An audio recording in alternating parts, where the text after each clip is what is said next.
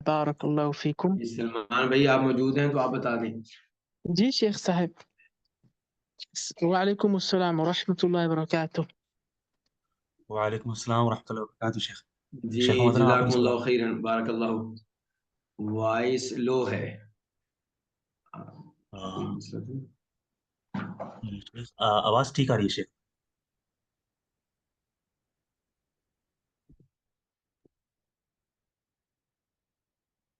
अस्सलाम वालेकुम रहमतुल्लाहि व बरकातुहू। जी अब देखें आवाज़ में फ़र्क पड़ा है।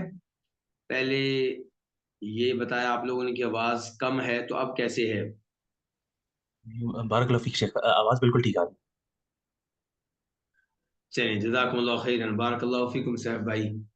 और आप भी अल्लाह आपको ज़राए खैर दे। अल्हम्दुलिल्लाहि रब्बिल आलमीन वस्सलातु वस्सलामु अला नबिय्यिना मुहम्मद व अला आलिहि व सहबिहि अजमईन, अम्मा बाद।